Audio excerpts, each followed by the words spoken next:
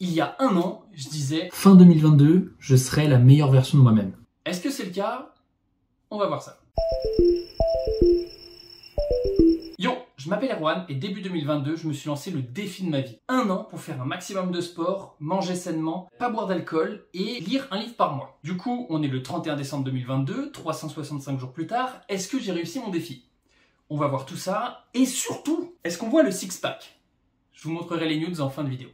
C'est faux, je vous montrerai rien, mais je répondrai à la deuxième question la plus posée. Qu'est-ce que ça fait de vivre un an sans boire d'alcool? Je vous donnerai la réponse à la fin de la vidéo, c'est pour le watch time, et je vous conseille de rester parce que la réponse va vous surprendre. C'est une tournure de phrase nulle à chier de clickbait, mais je pense vraiment que la réponse va vous surprendre. Bref, on est parti. Alors, est-ce que j'ai réussi mon défi? Techniquement, oui, si j'applique ma doctrine meilleure qu'hier, je suis un peu moins con que le 30 décembre 2022, mais je sais pas si ça compte vraiment. Sans filouterie aucune, est-ce que j'ai réussi mon défi de tenir toutes mes bonnes résolutions et finalement tenir cette année machine de guerre? Je dirais que non, mais je suis pas sûr. Tenir ces résolutions sur un an, c'est hyper dur, voire impossible. Pourtant, j'ai bien respecté mes engagements. Je suis allé 3 fois ou plus à la salle par semaine, ça c'était pas un souci. J'ai mangé sainement avec un maximum de légumes, un minimum de fast-food. J'ai pas bu d'alcool et j'ai lu un livre par mois. Et ça, je suis hyper fier. Mais est-ce que je suis content? Non, pour plusieurs raisons. Déjà, je trouve que j'ai été trop gentil avec moi-même. C'est ce que je craignais au début et ça n'a pas loupé. J'ai mangé sain, mais dans mon challenge d'enfant, c'était salade verte à tous les repas. Sauf que je sais que c'est pas possible pendant un an, que c'est complètement con en plus quand tu fais du sport, et par-dessus tout que je déteste la salade verte. Je vois pas l'intérêt de manger de l'herbe qui n'a pas de goût, et en plus ça ne va pas du tout avec le ketchup. Bref, du coup j'ai mangé plein de légumes, et j'ai limité au maximum les fast-food, etc. Et en fait, en faisant des bons plats avec des légumes, j'ai pas l'impression d'avoir souffert pour ce challenge. Et donc ça lui enlève du crédit. J'aurais pu souffrir plus et faire une année vraiment horrible de nourriture. Donc je me dis que j'ai pas assez souffert sur cette année et du coup j'ai pas respecté mon challenge. Et comme la nourriture c'était le truc qui me tenait le plus à cœur parce que je mange trop et trop mal depuis toujours, je me dis que j'ai pas réussi mon challenge. Alors, être dégoûté de chacun de ces repas ne veut pas dire que tu manges bien, mais j'ai des troubles mentaux, laisse tomber, je sais pas. Ensuite, le sport. Est-ce que je ressemble à Captain America là selon toi? Est-ce que j'ai des bras qu'arrête un hélicoptère à main nue? Non, non, oui, je crois pas. Du coup, est-ce que je suis déçu? Non, parce qu'en fait, je sais très bien qu'il faut plus d'un an pour avoir les bras du Captain. Ou alors, j'entraîne que ça et j'ai le physique de Booba. Non, c'est une balle perdue pour le plus grand artiste de l'humanité. Non, ça va pas du tout. Non, je suis globalement content de ma forme physique après un an en fait. J'ai commencé par une prise de masse des bras parce que c'était le truc le plus cool à faire, donc j'avais des bras énormes en mars, mais après il faut travailler le reste. Tu travailles le dos, les abdos, les jambes, surtout qu'en plus j'ai fini par une sèche pour l'hiver, ouais, pour l'hiver, je suis le seul mec qui sèche en hiver, mais une sèche sur la fin de l'année et du cardio. Donc mes biceps de mars, ils ont fondu telle la neige au soleil finalement, qui est une expression hyper adaptée à la période. Malheureusement. Bref, c'est pas en un an que j'allais devenir le prochain Chris Bumstead, mais je le savais très bien. Est-ce que du coup, c'est un échec? Non, parce que même si c'était pas l'année la plus dure de ma vie, j'avais un but beaucoup plus profond que ça, c'était de changer mes habitudes.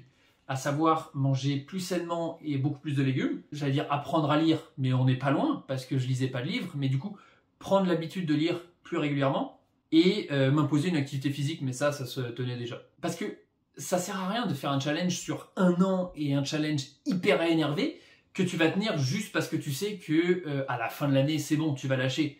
Et en fait, ça fait un peu des efforts hyper faux. Tu te donnes à fond parce que tu sais qu'il y a une deadline et après tu vas pouvoir repartir vivre la vie de la folie. Non, l'objectif c'est d'aller plus loin. Du coup, dans ce sens-là, oui, je suis content de mon année et je trouve que c'est réussi. Et puis, mentalement, je me sens beaucoup mieux, slash meilleur qu'avant, même si je suis pas sûr qu'on puisse dire meilleur mentalement. Je sais pas, je trouve ça bizarre. Et puis surtout, peut-être parce que je suis en train de cultiver des vices dont je ne me rends pas compte et qui font que je vais pas mieux qu'avant. Mais bref, je trouve que j'ai pris des décisions hyper importantes et hyper stylées, ou en tout cas dont je suis assez fier. Être le prochain sélectionné pour aller sur Mars, je suis désolé, c'est quand même ouf. Ah non, c'est pas moi ça. On sait pas. Bref, le Erwan d'il y a un an va être hyper surpris de ce qu'il va faire. parce que honnêtement, c'est des plans que j'avais dans 3-4 ans, si j'avais les couilles de le faire. Je reste hyper vague parce que je crois que j'ai quand même pas mal de réflexions personnelles à faire là-dessus et je suis pas sûr d'avoir fait non plus les bons choix. Peut-être que, comme je l'ai dit, j'ai fait des choix qui m'ont fait fuir quelque chose d'autre. Donc peut-être que j'ai pris en fait les pires décisions de ma vie. On verra dans un an. Et du coup, les bonnes résolutions 2023. Laisse-moi respirer. Déjà, j'ai préparé des vidéos YouTube, 3 vidéos YouTube en avance, qui vont arriver tous les dimanches matins, et j'ai besoin de vous parce que j'ai testé 3 edits, 3 styles de montage différents, mais je sais pas trop lequel garder, genre lequel vous allez préférer. Du coup, j'ai besoin de savoir ce que vous aimez dans les 3 prochaines vidéos, niveau montage. Les 3 prochaines vidéos, ce que vous aimez et surtout ce que vous aimez pas. Comme ça, je peux améliorer. Donc, vous avez carte blanche pour critiquer. C'est la seule fois que je te donnerai carte blanche pour me critiquer, donc fais-toi plaisir. J'allais faire une blague sur genre je note ton adresse et tout, je vais venir te péter la gueule après, mais j'ai besoin de toi en fait, donc peut-être pas. Et j'essaie toujours pas de devenir créateur de contenu pro, mais si je peux faire des trucs pour le fun encore mieux qu'avant, bah c'est encore mieux, littéralement. Avoir vos avis me permet de savoir quel style est mieux, et si vous êtes plusieurs à préférer ce style, c'est peut-être qu'intrinsèquement, il est meilleur. Donc si on peut tous se tirer vers le haut, c'est mieux. Voilà, bref, laissez des commentaires. Ça, c'était le 1. Ensuite, la lecture. Bah, j'aimerais bien continuer à lire. J'aime toujours pas ça sur le moment parce que je lis hyper lentement. Je compte les pages une par une vraiment et je me dis, allez, plus que 389. Mais sur le moment, c'est un fardeau. Mais quand je lis pas, je parle des livres que je lis ou j'apprends plein de choses et avec du recul, j'adore apprendre des trucs à travers la lecture. Expérimenter les points de vue des personnages et juste avoir des visions différentes de la vie. Je trouve ça hyper cool. Par exemple, dans Trevanyan de Shibumi, allez hop, c'est l'inverse. Dans Shibumi de Trevanyan, en même temps, c'est quoi ces noms? Il y a un personnage qui est sino-japonais, russe, qui est fan du Pays Basque et qui parle de la culture américaine. Autant vous dire que là, on a tout mélangé, c'est Camoulox. Mais c'est hyper intéressant et c'est un plaisir que je n'avais jamais pris la peine d'explorer puisque je ne lisais pas. Toutes ces sensations m'ont quand même donné envie de lire plus. Je vais pas forcément m'imposer un livre par mois parce que bon, je me retrouvais souvent en galère le 31 en mode ouais, la tête c'est cadeau là. Par contre, je vais peut-être lire un peu moins de livres de développement personnel, écologique, humaniste parce que globalement c'est un peu chiant. Lire pendant 200-300 pages que la Terre est dans la merde, qu'on fait rien pour changer et que éteindre la lumière dans ta chambre ne changera rien, c'est un peu déprimant. Et puis finalement, il n'y a rien de nouveau sous les tropiques, quoi. Donc, on va peut-être changer de sujet. Par contre, le dev perso, développement personnel, c'est hyper cool. C'est un peu dur à lire parce que c'est que des concepts et tu ne suis pas vraiment une histoire, mais c'est hyper enrichissant. Je vous recommande les 4 accords Toltec et L'art subtil de s'en foutre, qui sont des livres incroyables. Et aussi, j'avais tellement sous-estimé les romans d'espionnage. OSS 117, le sang. Je sais que j'ai l'air d'un enfant attardé qui découvre la lecture à 25 ans, mais c'est tellement bien, c'est tellement prenant. Je pouvais lire un livre en une après-midi parce que j'étais pris dans le truc. C'est bête, hein, mais ça existe, en fait. Et puis aussi, lire des livres plus simples et plus légers comme ça me rassurait dans mon challenge de 1 livre par mois. Il y a des livres simples et cool qui existent, et c'est pas si dur que ça. Et 3, poster des photos.